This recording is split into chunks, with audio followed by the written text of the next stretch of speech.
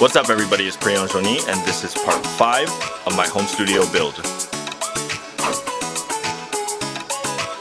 So this is going to be the last and final episode of this series. So one important piece of gear that I decided to order was a power conditioner. And this specific power conditioner I got has a timer that turns on the circuit and turns them off in a certain order, going forward and backwards. So that way, if you have any gear like my DBX drive rack that causes a pop on the speakers when they're on, I can actually shut them off in a certain order by just one device so that it helps protect the speakers. And on top of that, the power conditioner is supposed to help minimize a lot of the noises that you hear, a lot of electrical noises, hums, caused by so many electronics in the room. And more importantly, it also helps protect it from surges a lot better than, let's say, a surge protecting power strip. Okay, so let's open this up.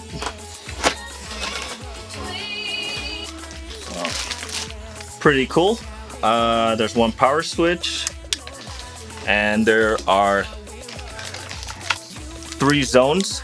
So it turns on in one order and then shuts off in the other. We are going to put it over here on the top rack on the right side. So I'm going to try to keep anything that's audio related on the left rack, and then I'll put the power conditioner on the right rack to kind of keep them separated just in case there's any interference going on.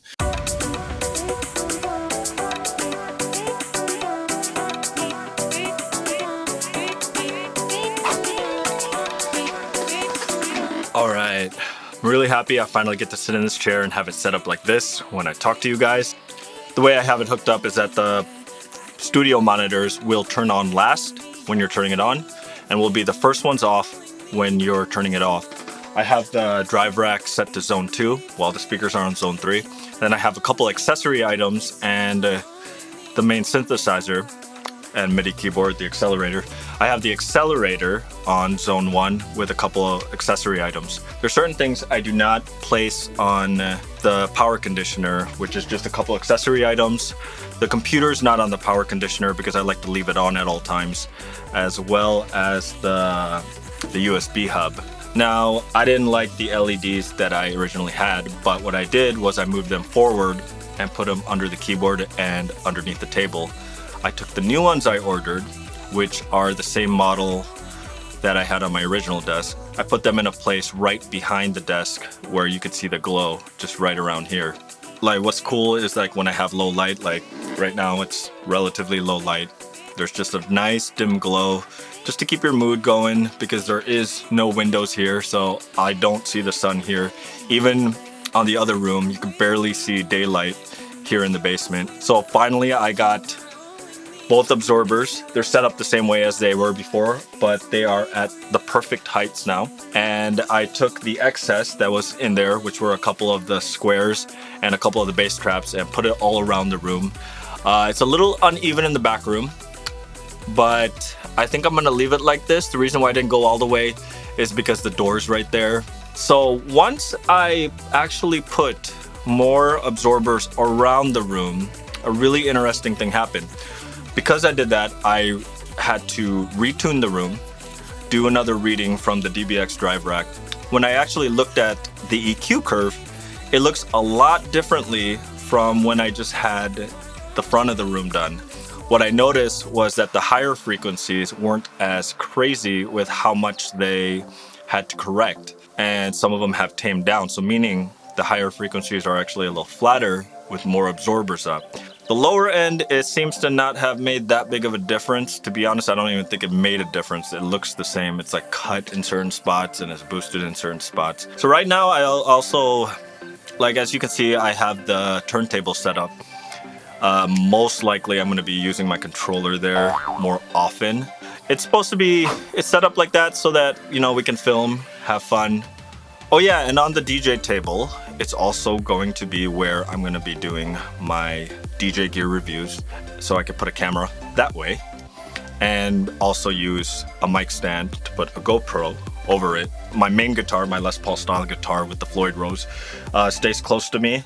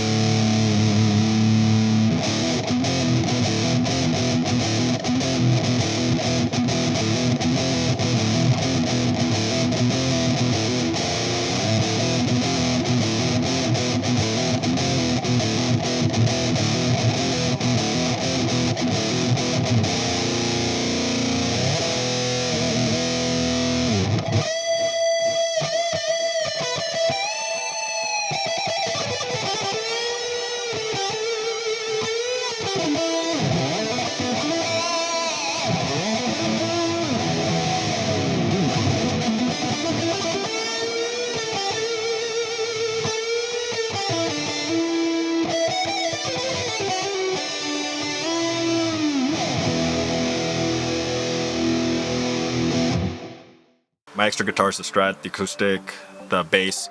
I don't have too much room in this place, so I kind of keep it in the entrance. If you follow me on social media, you know that I talk a lot about coping with ADHD.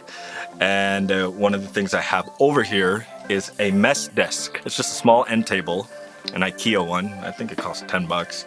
That I just have to have all my mess, just anything that I need to drop, need to put down. Otherwise, that mess is gonna end up somewhere on the desk.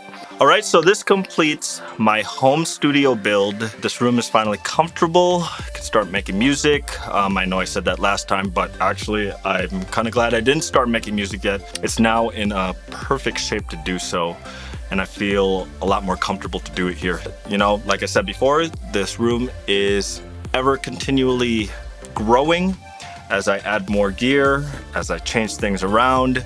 So I'll keep you guys up to date on social media, but for now the room has begun. It's ready to start completing missions to make music and edit music. If you guys like this video series and you haven't subscribed yet, be sure to hit that subscribe button and don't forget to click that little bell icon so you get a notification the next time I upload a video. This is Priyon Joni. Thank you for watching and thank you for keeping up with my series. This was my home studio build. Take care.